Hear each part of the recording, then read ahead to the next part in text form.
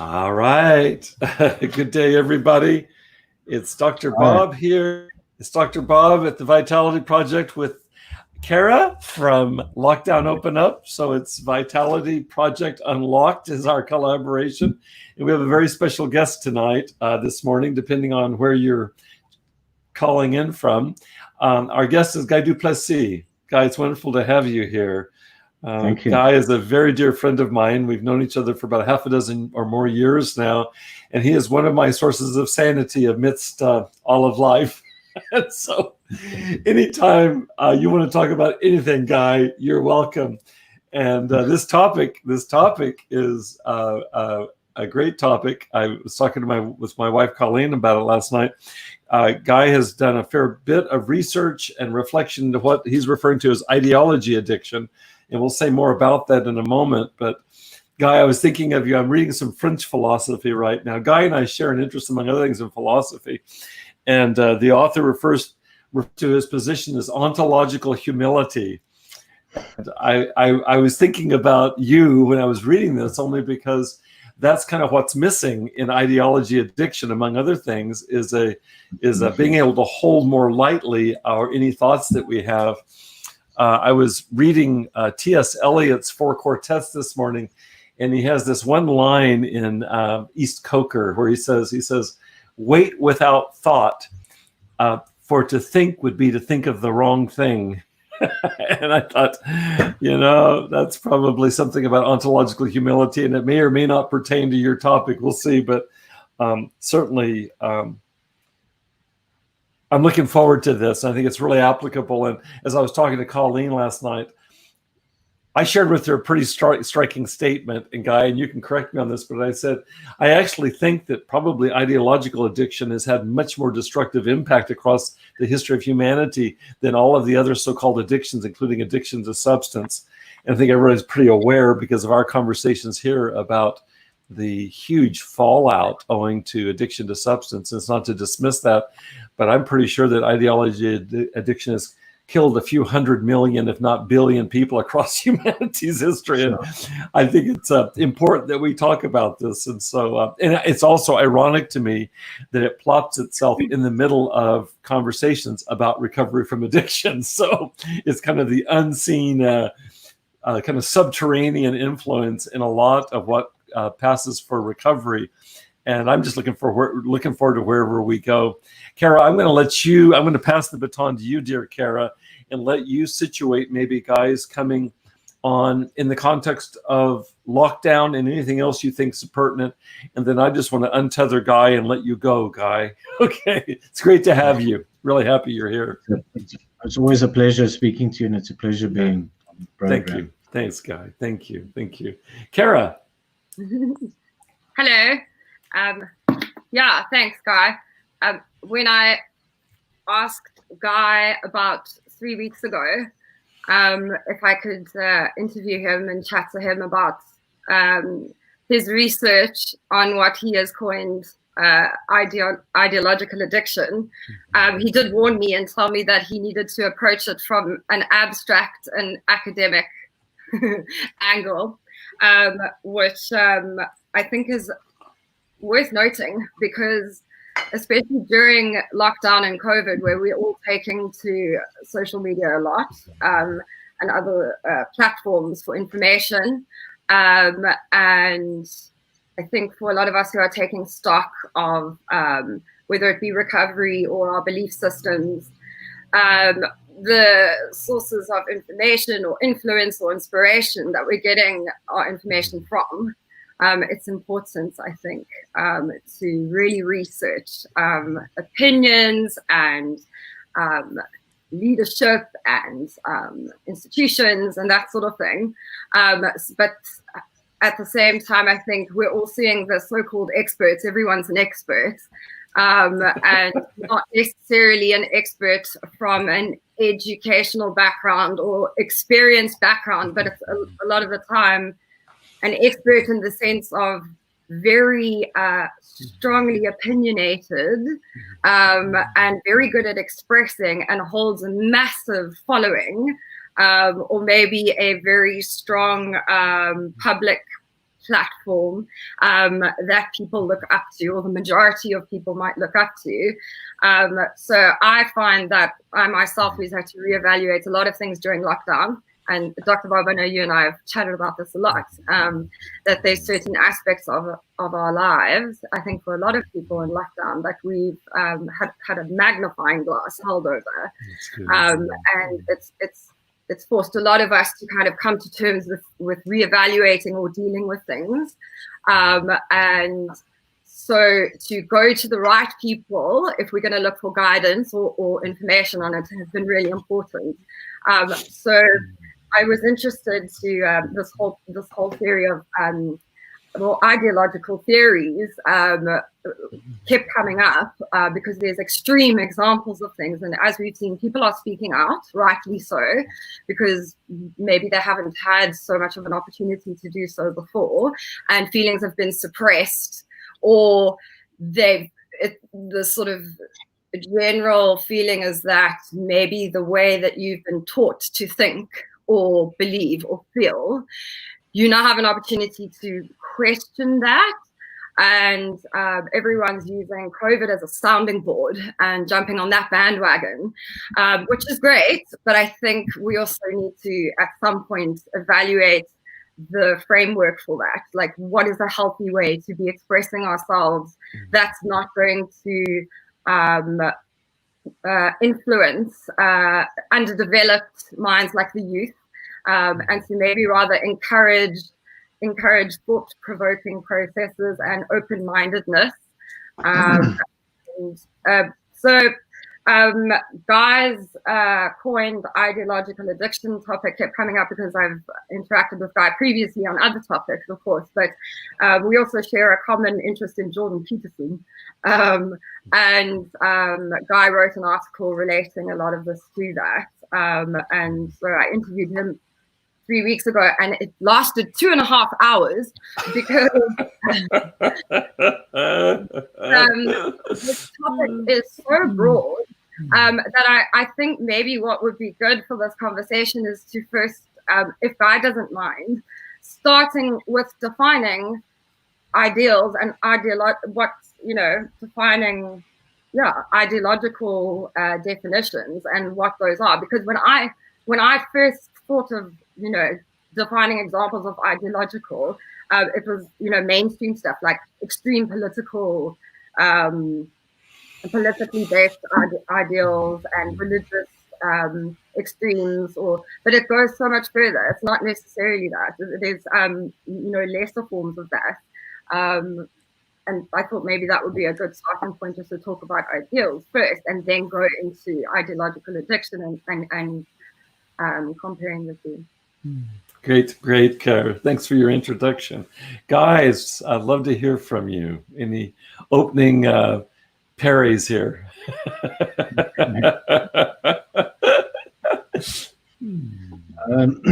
Well, I think a simple definition of ideology is really a set of beliefs that results in a certain worldview, in a certain way of looking at the world, and also to some extent a certain way of behaving in the world as to, sort of what is right and what is wrong. And I think the two main classes of ideological systems are religious systems and political systems. And then there are, I suppose, to some extent, non-political systems like feminism or social justice. Those are also ideologies. And I mean, there's many different types of ideological systems, and every religious system can be seen as an ideology, and every sort of political system, let's say Marxism or communism or libertarianism or whatever, every sort of ism you get, and there's a lot of isms. I once had a book that was just about isms. It listed all the isms. It literally listed all the isms in the world, and it was insane to see how many isms there are. And I think every ism isn't an ideology, but a lot of these words that end on an ism is very often could be defined as an ideology, and it's a particular way of viewing the world.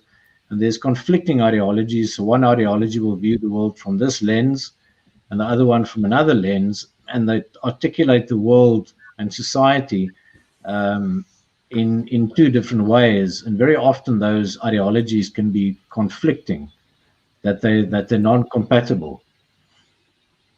So, for instance, libertarianism and Marxism would be seen as sort of two quite incompatible ideological systems. Yeah, The best of my knowledge. Yeah. When I actually Googled types of lesser known ideologies, because since my conversation with Guy, I've now I've started reevaluating so many things and trying to keep my mouth shut before I'm a very expressive person, and I know that I react to things so quickly, and I share my opinion all the time. Because I'm a passionate person, but it's to my own detriment as well. But I'm not going to stop sharing my passion. But when I Google types of ideologies and lesser known ideologies, as Guy says, it's literally everything that ends with an ism. But the point was also not to think of all ideologies as a bad thing. And one of them was, someone said, if you're using people as ideologues, one of them was Jordan Peterson. I was like, how very dare you? But because I love Peterson. But again, look, I think the point is also, it doesn't necessarily mean that that's a bad thing. We all have to, have one sort of way of looking at something. But I think maybe for me, the point is that not to become ideological to the point of, and this will lead on to Guy's, I think, his research on ideological addiction, when it gets extreme and becomes, the consequences of it become a problem.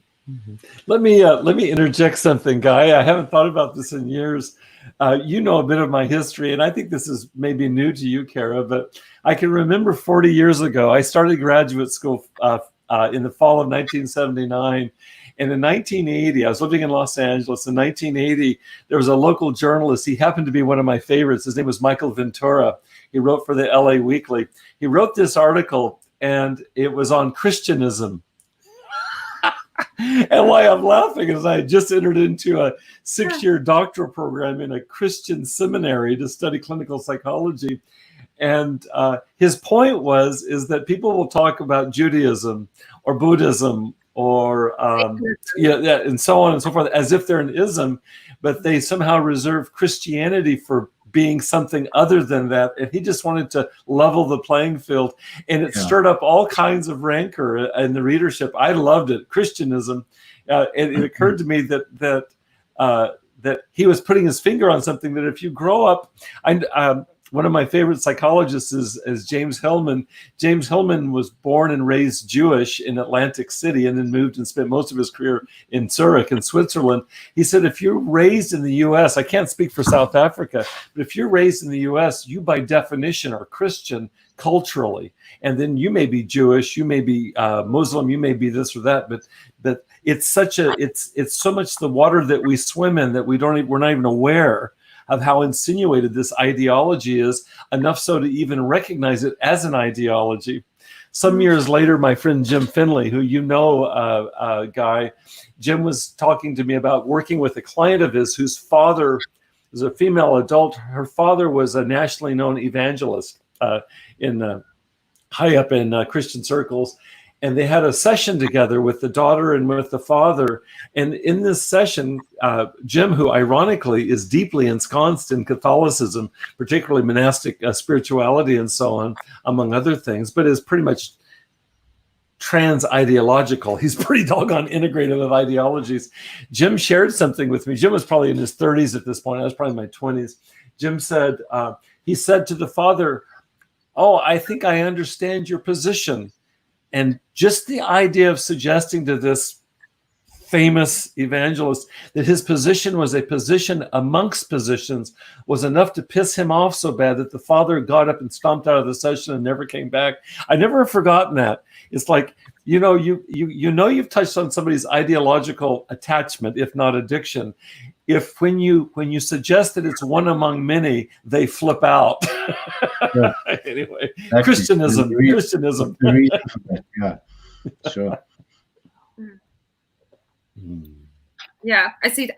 Taryn wrote influencers as when I was saying earlier, as you know, people who I think, and this is, I mean, I don't mean to use the younger generation as people who, but with our lockdown open up group, I try my best to only facilitate conversations that are aligned with guest speakers such as yourselves, who are educated and researched and have some sort of, you know, there's qualified matter around this, if we are talking about any topic. But I because of social media, a lot of people are, their followers are usually just literally any who's who has absolutely no education on the topic that they're talking about, but they're making it entertaining and engaging, and there's a huge following, and there are people sitting at home, and schools have closed now again, so we're going to follow influencers as a source of educating ourselves and connecting with the outside world, and that's, you know, a lot of the time what ideal is that influencer following, and influencing, you know, that the rest of the people who are watching us. But yeah, so I think maybe to get onto Guy's, you know, research, which I still want to unpack, but he can explain it to you in his wonderful way, and then maybe Dr. Bob, you and I can try and interpret it as well to our audience. Gladly. Guy. Like, oh gosh, here we go. Okay. Well, I'll try and give a definition of it, but I have to expand a little bit on the definition to for the definition sort of to make sense. So what I've proposed is that ideologies as a system is psychoactive, and what I mean by psychoactive is that when you ingest the ideology, when somebody teaches that you read about it, that it can alter your mood, mostly in a positive way. It can also alter your mood in a negative way, but it's mood altering, and it also changes your worldview. So it has a significant effect on your not just your mind, but sort of your whole being, how you relate to the world, and it's definitely got a mood enhancing capacity. I mean, we see that all the time in political rallies or religious congregations, how people's moods are affected. So because it's psychoactive, and to a large extent very psychoactive, it has the potential to be addictive, like any process addiction. So anything that is psychoactive has got the seeds of potentially addiction in there, because you get addicted to the mood altering experience of that ideology, and also to the worldview, because the worldview can be in itself very mood altering. So basically I suggest that ideology can be understood as a type of ideological possession, and I like that word possession because it literally is a possession, and also zealotry in the sense that people behave in an extreme way and are zealots in promoting the ideology and defending the ideology, with deleterious and negative consequences for the individual and also for society. So it only becomes an addiction in the same way that substance use becomes substance abuse and substance use disorder, when there are consequences and there's a loss of control. Otherwise, it's just substance use, which in itself is a neutral activity. You know, it depends what your stance is on that. So an individual in the extreme grips of ideological beliefs exhibit psychological and behavioral patterns common to all addicted populations. So there's a similarity between a heroin addict and an ideology addict, or somebody that's a gambling addict. There's certain behavioral patterns and cognitions that are similar amongst any addicted population. And it's important to note that anybody that has a point of view or a certain belief doesn't necessarily mean he's an ideologue in the sense that that is his only belief. It's only when you have a particular belief that you're unwilling to sort of alter, that it's a certain dogma that you follow, and also it's something that you defend at all costs. So all people that hold ideologies aren't ideology addicts, because a lot of people hold ideologies lightly. They have got affinity for that ideology, but they also incorporate conflicting ideologies in their worldview, which an ideologue wouldn't do. An ideologue wouldn't have a certain ideological position and then incorporate contradictory positions within his worldview. So there's many ways to understand ideological addiction. You can understand it from a sort of existential perspective, from a social perspective, anthropological perspective. But if we have to choose one perspective, let's say a psychodynamic perspective, then I would say ideology addiction can be understood as the result of a narcissistic disturbance of self-experience and deficits in a person's self-capabilities. So a pathological relationship to an ideology may provide a misguided solution to narcissistic injury and shame. And Bob speaks a lot about shame in very often the root of many addictions, if not all addictions. I've never met an addict that isn't shame-based to some extent. Let me insert something here, Guy. Can I insert something? I'd love to have you respond to it. I had a living experience of it this weekend, and I'll share it with you, and I'd love to have you respond to it in light of all that you're saying. There's such richness. I so appreciate what you're saying in terms of even your analysis of the mood regulating quality. I gave a presentation, a workshop on Saturday. I think you're probably aware of that. I gave a workshop, and on the heels of that, I got I got up yesterday morning, and somebody on Facebook took what I'm going to call a pot shot at me, and it hurt my feelings. I'm trying to think. I don't think the content is so relevant right now, so important, and I'd rather spare identifying the person. I'd just rather that what they said. You know, it was one of the things, the kind of the anonymity of Facebook. You can just fire away like a sniper at somebody. Yeah. But this is in my early morning quiet time. I read Facebook, and I know better than to do this. When I veer much outside of kind of what I'm trying to create there, I set myself up for people being pissed off at me, because I am not ideological around recovery, particularly in light of so much of there being kind of an ideological possession in the field. Yeah. And so this person took a pot shot at me, and then I had the day, and it took me a good part of the day to kind of just, I don't know, it's like that particular dart hurt. And then I came back at the end of the day yesterday, and I don't know what possessed me to do this, speaking of possession, but I read, and my partner responded to this individual by kind of giving a context to explain what it was that she was pissed off about. And her response was equally shaming. It was very kind of sarcastic and aggressive, hostile. And there I was again left with this. So what I want to get to is my experience. I had gone swimming, and so I went to take a shower after swimming. And my first thought, which is a progress for me, is I just kind of expressed my pissed offness at this person in my mind. I'm not going to engage with this person online because there's not a dialogue possible. So my first response is doing something that I don't get easily to, which is getting pissed off. And I just wanted to allow that energy to roil through. So I basically told her to go fuck herself in my mind, basically, just kind of allow that there. And then I began to settle into an awareness of what it was that she was offended by. And in essence, she was offended by my non-exclusiveness around certain language around recovery, and was therefore wanting to knock me down a notch or two. And I'll tell you what opened up, Guy and Kara, is that I wouldn't want to hang out with this person, that's for sure. But I felt a compassion for her, because I was aware that I'm not reaching out to her demographic. And it's clear, and I'm clear that who I'm reaching is a group of people for whom that particular, I would think of it, a fundamentalism isn't going to be useful in their recovery. And so along the way, I do inadvertently hurt some people or offend some people. And I could allow for the fact that in her world, my languaging of how I do that was hurtful to her. It wasn't intended to be, but it's just the fact that it's not fundamentalist. It's not either or type of philosophy that I'm bringing to recovery. Yeah. And there was something about allowing that, almost like a drop into that.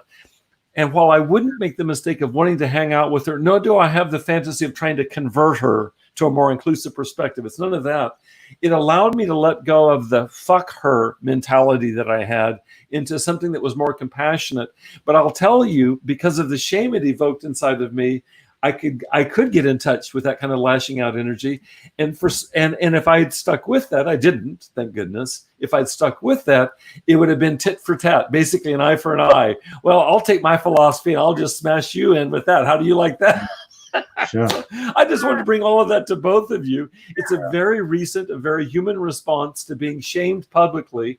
And my initial response was what psychology calls a Tailian response, which is basically an eye for an eye. And I actually wanted to allow that in rather than moving too quickly to a Christ-like inclusiveness. I wanted to be pissed off like Caesar and then see what came. And what came was honestly more compassion. So when I brought this to Colleen at the end of the day, I didn't have residue. It was like, it is what it is. And it no longer had that shaming kind of makes me want to throw up quality, nor did I feel aggression, nor do I feel like I want to change my mission, which is I'm not going to change the way I talk because 1 out of 100 people are hurt by it. 1 out of 100 people inevitably are going to be pissed off or hurt by what I say if I'm saying anything of worth, and so be it.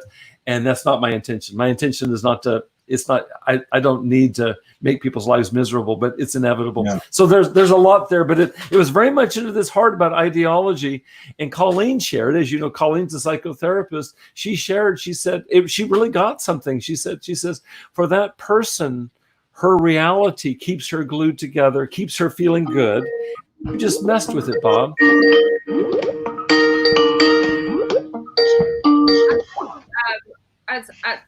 As much as we need to speak with an all-inclusive mind when it's hard running a group, or but as much as we need to speak with an all-inclusive mind, we also need to listen with an open heart and an open mind. And I think, I've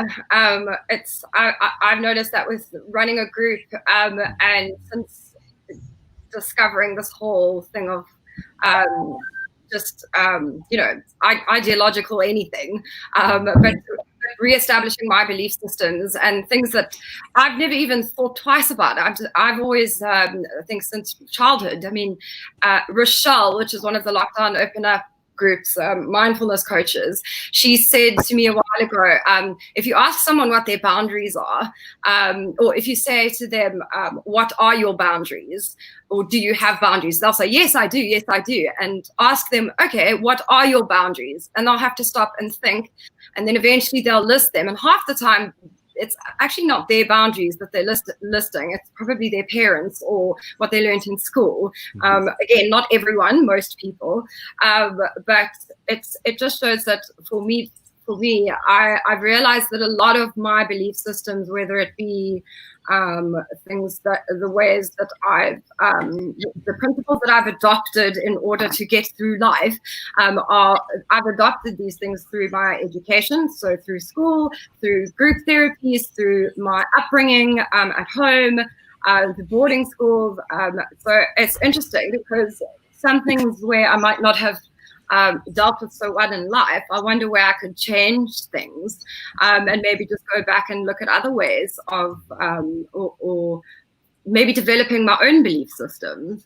And especially now in South Africa, we've got a lot of movements happening, social justice movements, equal rights movements, which is really important. I know our country needs to move forward, but it's, again, this is what rang out for me when Guy said, in the grips of extreme ideological addiction. I'm not saying that this is addiction, but what makes me think is that when it becomes a danger to, or a negative consequence to society, and I think of protesting when it becomes extreme, where you're burning tires, and you're looting, and people are getting murdered as a consequence to your rage, because you think that that's the only way that's going to get attention, and because if someone doesn't agree with your your way of thinking, and I guess is that maybe one way of looking at this, that maybe not ideological eviction, but again, that you think that this is the one way forward. And again, in South Africa, we've got like so many different cultures and races and religions. How can there be one way to rule or govern an entire country like this, which is so complex, with our complex past? So, yeah.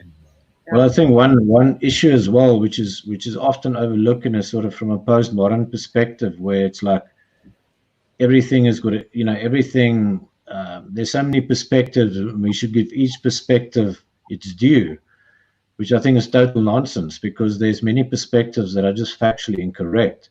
So in the same way that one can classify substances, for instance, on a scale of fairly harmless to very toxic, where let's say harmless on the one side, I won't say alcohol is harmless, but it's not as addictive as crack or something, like smoking a joint and injecting crystal meth is obviously two different things, So in the same way that some ideologies are fairly harmless, and then there are some ideologies that are toxic, and which obviously those people would vehemently agree with me, but the ideology itself is toxic. The whole thing is actually factually incorrect, and it turns people into sort of idiots, really.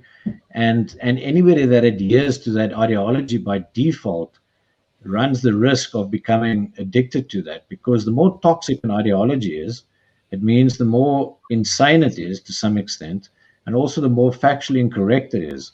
So what I'm saying there as well is that certain ideologies are by nature more addictive than other ideologies, and are more self-destructive and destructive to the world, where some ideologies are fairly, it's very few of the people do funny things when they adhere to that ideology. So let's say on the one hand you have Zen Buddhism, and on the other hand you have extreme fundamentalist Islam that endorses terrorism and suicide bombing.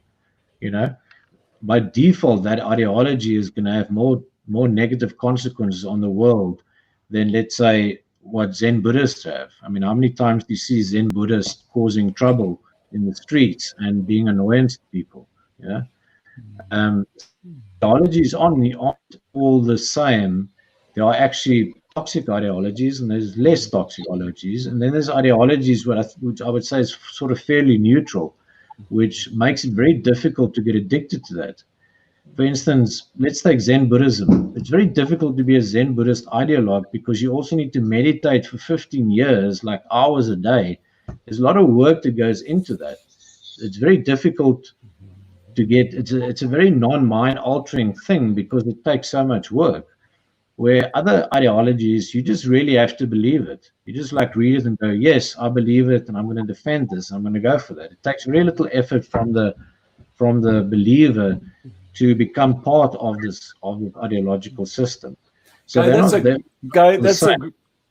a great distinction you're making, and I wanted to interject a question that's come through the chat here along this point. I really appreciate you separating out kind of toxic from non-toxic ideologies, and maybe to that point, could you answer this question or address it in whatever way makes sense to you? Kathy is watching us, and she says, "How does early childhood trauma affect people's black and white thinking and what she calls splitting in adulthood?" Makes me think of what you're talking about in terms of toxicity or trauma in childhood. Any thoughts about that, Guy? Be interested in your response. Okay, well, that was actually the next part that I was going to talk about. So let's use a self-psychology perspective.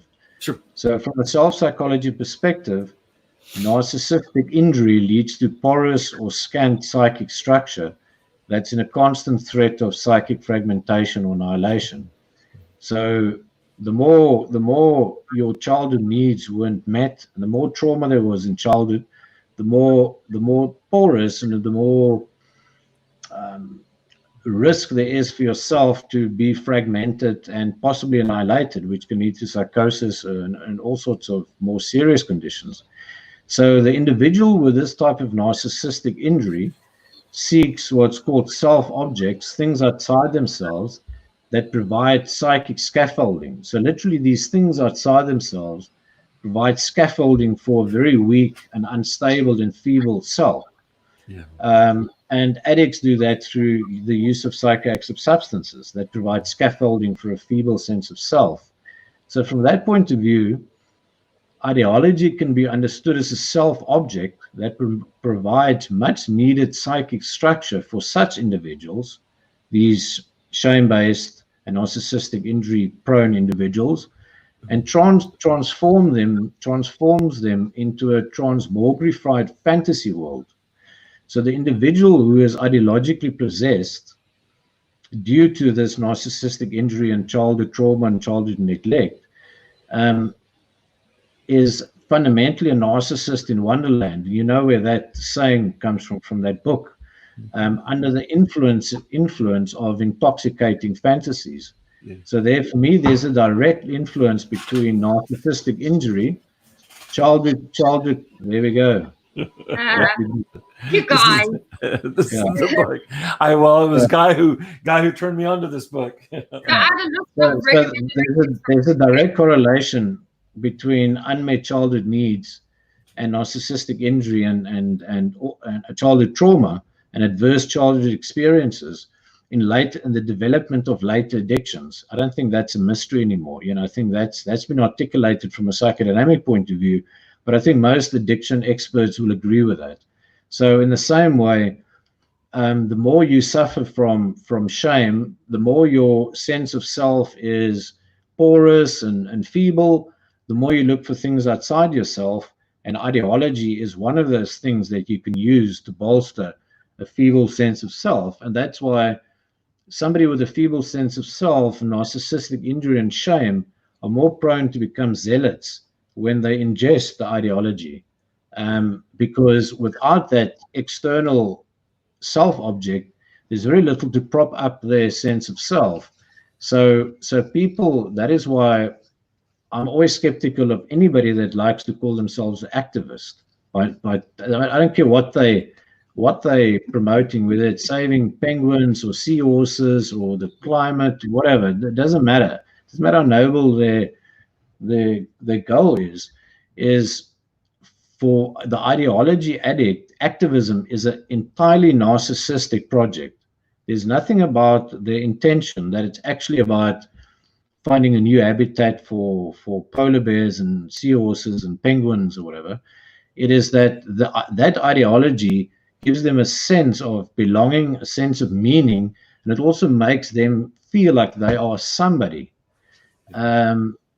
And what makes it particularly dangerous is that it puts them on the moral high ground. That's why ideologies that make you feel better than other people. It's like, I recycle, you don't recycle. I care about the whales, you don't care about the whales. I care about the oppressed, like Marxism, whatever, you don't care about them. So I fundamentally, by ingesting that ideology, it gives me a sense of purpose, it gives my sense of self some cohesion, and more dangerously, it puts me on the moral high ground, which, apart from just being a sanctimonious, irritating person, it also makes you much more dangerous that you let's say Marxism, and communism. On a societal level, it makes it very dangerous because it gives you the moral high ground to murder 60 million people. I think communism, the final figure is like 120 million people were murdered under that regime, thanks to good old Marx to a large extent. So I would place Marxism and communism as one of those very toxic, social justice not far behind, is one of those very toxic ideologies that are very addictive and easily turns people into zealots and very dangerous people to themselves, because particularly with collectivist ideologies, the individual is merely a cog in the wheel, and fascism, and you also get spiritual fascism, Yes. which is very seldom explored. You merely a cog in the wheel for something much larger than some utopic ideal. And if you are not playing our game, you are expendable, Yes. you know, to reach our utopic ideal. And that's why these ideologies have utopias, all of them. And the more toxic the ideology is, the more appealing the utopia. And that is what people defend and also kill for. And that's what Bob said, more people have died through ideology addiction than all the drugs put together. Yeah. Because most wars are clashes of political ideologies, and the religious wars, the crusades, witch burning, all that type of things was as a result of people enforcing ideological beliefs. And these, you know, all these riots and Antifa and all these oaks carrying on the whole time, trying to shut down campuses, trying to shut down free speech. Those are all under the banner of them doing the right thing under the name of ideology. And that is where it becomes very dangerous, particularly if the ideology places you in a position where you feel morally superior to another human being, and you also take on a certain evangelical attitude where it's your duty to stop other people from, you know, doing the bad thing, whether they're sinning or whether they whatever, you know, whatever, littering or whatever. And that gives you a right to very often confront them, not just emotionally violently, but also physically violently. That's why a lot of the French philosophers were very prone to, were very open to physical violence, political violence. You know, a lot of the terrorism in South Africa and Africa one saw was a direct consequence of the French philosophers endorsing physical violence to fight so-called social justice aims, whatever that aim might be. And there, obviously, it becomes very dangerous, because if you don't adhere to my ideology, it means that I can either take you down emotionally or intellectually, or take you down physically, so that we can reach our utopia, because you're like a spoke in the wheel of our collective yearning and moving towards this utopia. Guy, I want to ask you, we have about 5 minutes to go. I want to ask you, and Kara, I'd love for you to weigh in on this too. Do you have any suggestions? I realize this is a huge problem. Any practical suggestions in terms of possibly alleviating the worst of this? What can we do as individuals? How can we make a difference without ourselves turning into fanatics? You know, like counter-ideological fanatics. Yeah. Well, I think the first suggestion is not to hold any ideology, is to be a seeker of the truth, and to be a seeker of what is actually right, because any ideology by default is incorrect, because it is ideology, which means it's a partial view of viewing the world. So as soon as you identify with one of these isms, although you might have affinity towards it, you might believe some of the tenets. I believe tenets of many ideologies, but I'm not going to defend that ideology at the cost of the 2,000 other perspectives. So it's firstly not to identify as an ideologue and do that, and also be very careful of collectivist aims, which normally ideology promotes. That's why fascism and communism is exactly the same thing from a psychological point of view. It's authoritarian, it's collectivist, and both of them, whether it's on the political left or the political right, people get into both for the same psychological reasons. And then it becomes dangerous. So you spoke about ontological humility.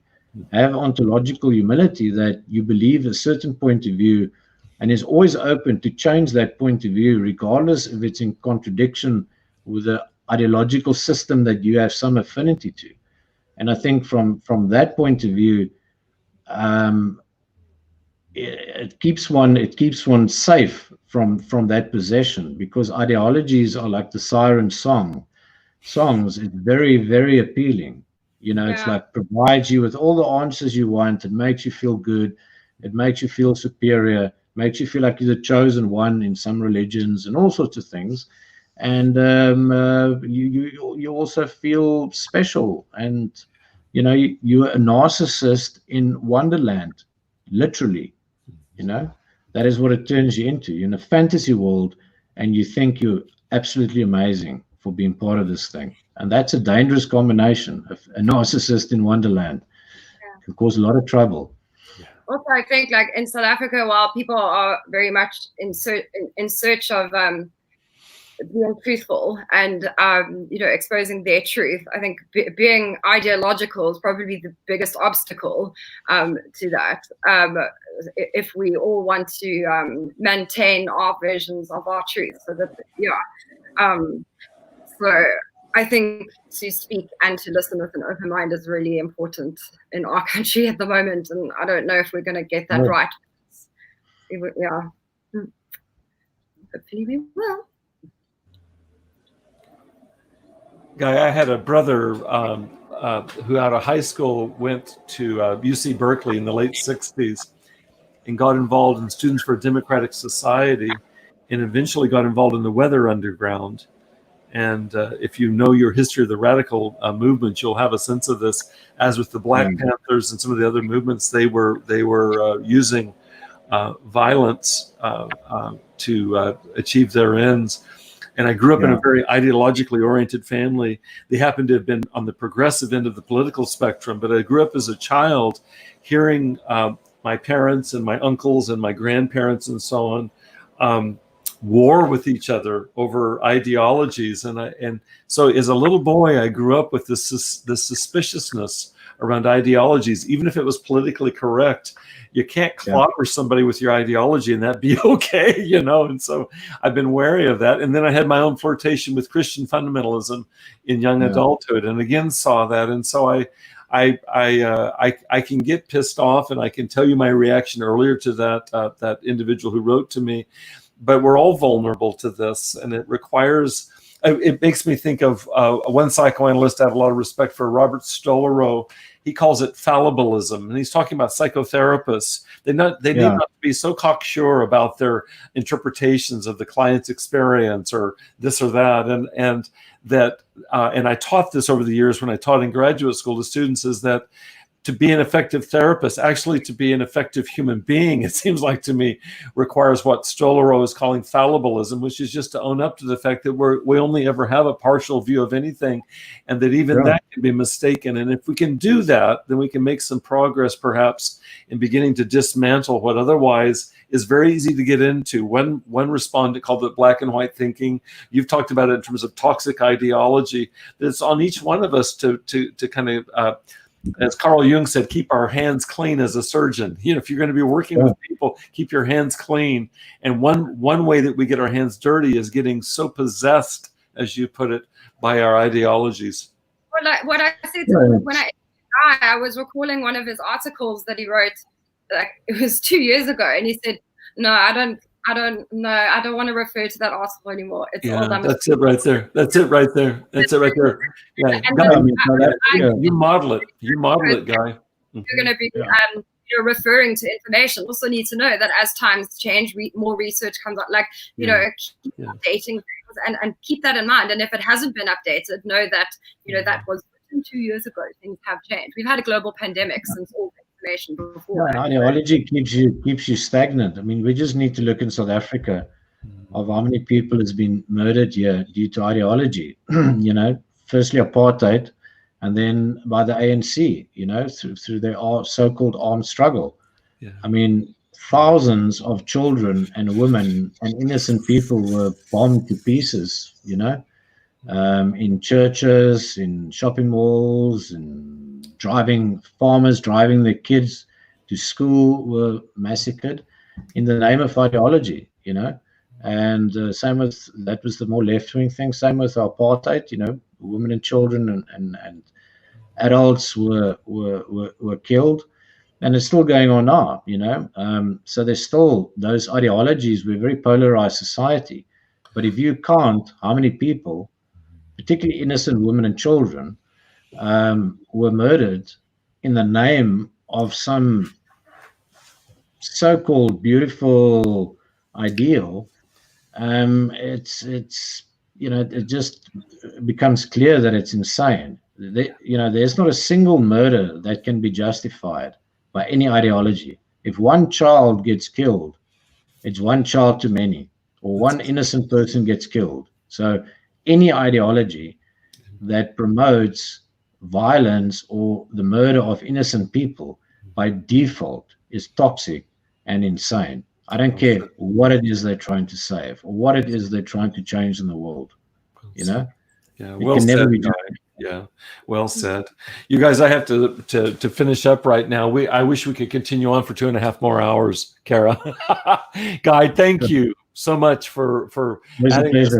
There's been a lot of interest already in the chat responses to this, and I encourage anybody to be in touch with 𝗓𝗃 and or me, and we can relay further comments or questions to Guy.